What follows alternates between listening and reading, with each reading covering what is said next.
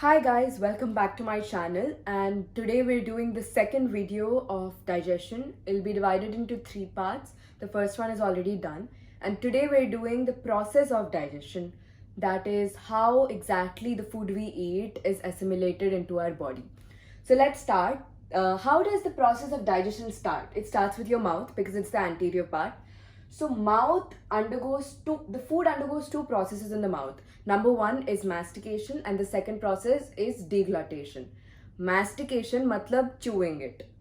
Okay, so with the help of our teeth and our tongue and with the help of the salivary enzymes and the salivary amylase produced in our mouth, we make the food into a ball kind of structure known as bolus. Okay, bolus.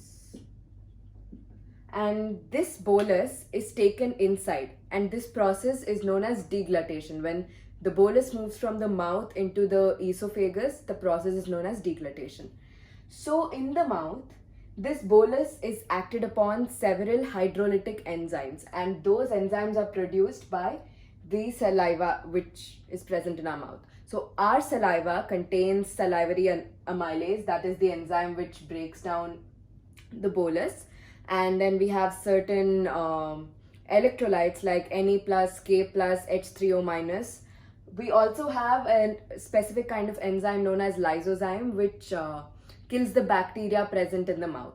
So these are the components of saliva. Now what this salivary amylase does is it takes starch which is present in our food. Starch is a very complex polysaccharide. Polysaccharide matlab small monosaccharide sugar units which are attached to each other.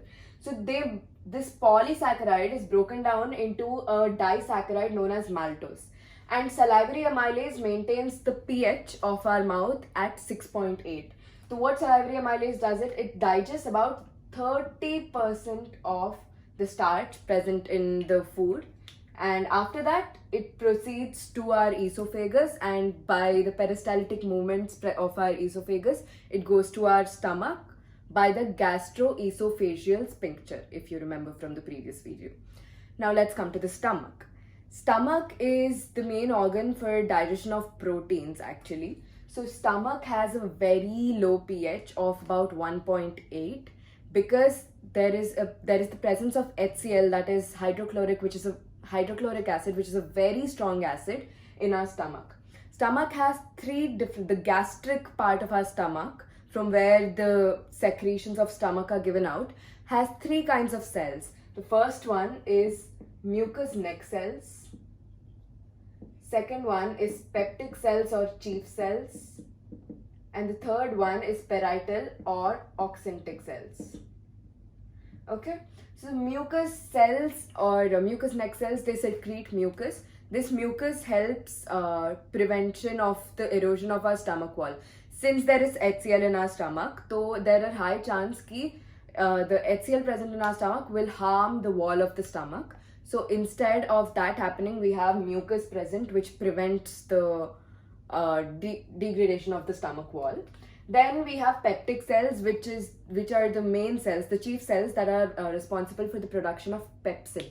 Pepsin is the main proteolytic enzyme. Proteo matlab protein, lytic matlab breaking down. So proteolytic matlab the enzyme that breaks down proteins. So in that we have pepsin, which is the proteolytic enzyme. So pepsin breaks down proteins present in our food into proteases and peptones. Okay, and parietal cells, it produces the HCl of our stomach, and it also produces Cassell's intrinsic factor. So this Cassell's intrinsic factor is needed for the absorption of vitamin B12 from the ileum of the intestine, but it's produced in the stomach. So I'll tell you how this pepsin works. Pepsin it's actually produced as a proenzyme. Proenzyme matlab it is inactive when it's produced, but in the presence of HCl it becomes active. So HCl is required to activate pepsin, and HCl ke acidic environment mein, that is 1.8 pH pe, this pepsin acts on proteins and breaks it down into proteases and peptones. Okay, and there's one more proteolytic enzyme you have to know about, that is renin. Renin with a double N, R-E-N-N-I-N, and renin is useful in infants and small babies. So you know that babies drink milk. So the proteins which are present in our milk, in the baby's milk, is broken down into its constituent proteins by the enzyme renin. So renin is responsible for breaking down of milk proteins in babies. So that's it about the stomach. Now let's proceed to duodenum. Now duodenum में you know that the common hepatopancreatic duct, it gives out its the bile juice secretion. It also gives out the secretion of pancreas. So pancreas contains many enzymes. Pancreas contains trypsin, chymotrypsinogen, procarboxypeptidase. It also contains lipases, amylases, nucleases, and it also contains bicarbonates. So these are all the secretion of pancreas. The bile juice which is produced, it also contains bile pigments. Bile pigments दो तरह के होते हैं, biliverdin and bilirubin, which is usually yellow in color, and it contains cholesterol, it contains phospholipids, but bile does not contain any enzymes. Okay, so I'll tell you how these pancreatic enzymes act. So basically ये सब भी ना inactive form में होते हैं, just like pepsinogen. So trypsin is present as trypsinogen, and when this trypsinogen comes across an enzyme known as enterokinase, which is produced in the duodenum, it becomes into the active form trypsin. So enterokinase activates trypsin, and trypsin on the other hand activates all the other enzymes. So trypsin activates chymotrypsin, carboxypeptidase, amylases, lipases, and nucleases. Okay, and bile is also useful for breakdown of fats by emulsification. Emulsification action, if you remember in 10th grade, जैसे soap acts upon the oil droplets. Similarly, these bile pigments, bile juice, it acts upon the fat globules and breaks it down into smaller fat globules. Okay, and bile also contains a bit of lipases. Lipases are also produced by the gastric glands. Matlab stomach में भी a small amount of lipase is produced all the time. Now let's come to the intestine. The intestine has mucosa, right? And the intestinal mucosa has cells known as goblet cells, and goblet cells secrete mucus. So bicarbonates of pancreas and bile along with the mucus help in providing an basic environment. You know that stomach has an acidic environment, right? And for these enzymes to act upon the chyme produced by the stomach. Okay, I don't think I mentioned chyme, right? So chyme is this kind of ball which is formed in the stomach by the mixing of the food contents with all the enzymes and bicarbonates. So this ball kind of structure which is formed in the stomach after 4 to 5 hours of digestion is known as chyme. So this chyme is very acidic in nature, and for these enzymes to act upon it, it has to increase the pH and make it a bit more alkaline. So for that, we have bicarbonates and mucus which are produced by the goblet cells of the intestine. So that the secretion of the intestine along with these the secretions of the goblet cells together form the succus entericus. Succus entericus is the technical term used for intestinal juice. So intestinal juice contains many enzymes. It's like the final stage for digestion. So it has many enzymes like dipeptidases, maltase, lactase, sucrase, lipase, and nucleotidases, nucleosidases, etc. Now let's talk about the entire process of digestion starting from the duodenum. We read about up to stomach. So after the proteins are digested in the stomach into proteases and peptones, they reach the duodenum, and they're acted upon trypsin, chymotrypsin, and carboxypeptidases, which are activated by trypsin, which is in turn activated by enterokinase. We already learned. So that they're acted upon these enzymes and they form dipeptides. Dipeptide matlab protein has many amino acids, right? So when two amino acids are attached to each other, it's known as a dipeptide. So it forms dipeptides, which is a smaller form of a protein, followed by polysaccharides. I told you starch is a polysaccharide, and इसमें सिर्फ 30% digestion होता है. तो बाकी का 70% digestion happens in the duodenum. So these polysaccharides are broken down by amylase into disaccharides. Disaccharides again are two monosaccharides attached to each other by a glycosidic bond. Then fats are broken down by lipases into diglycerides and monoglycerides. Again, di और mono का अपने आप में तुम्हें meaning पता चल जाएगा. Then nucleic acids. You learned in biomolecules in 11th grade that nucleic acids are made up of nucleotides, and in turn nucleotides are made up of nucleosides. So nucleic acids are broken down by nuclease enzyme into nucleotides and nucleosides.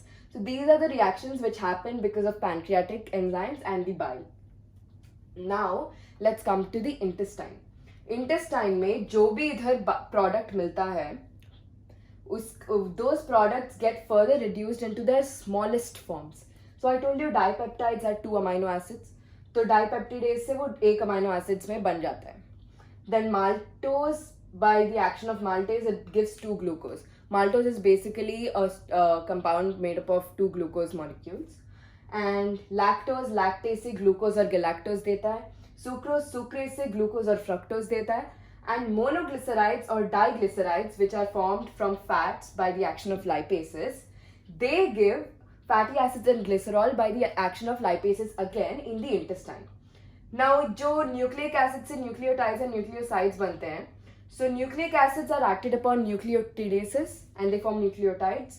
Nucleotides are acted upon nucleosidases and they form nucleosides, which further get reduced to sugar and base. That is the basic form of a nucleic acid. Okay, that's it. So intestine में all these processes happen, and जो भी waste बच जाता है, that moves into the large intestine. All of these are absorbed from the ileum and jejunum into the bloodstream or into the lymph nodes for fats. So we'll learn about the absorption and the diseases in the next session. But right now, let's just learn about what happens to the waste products. तो अभी waste बन गया. It went into the cecum.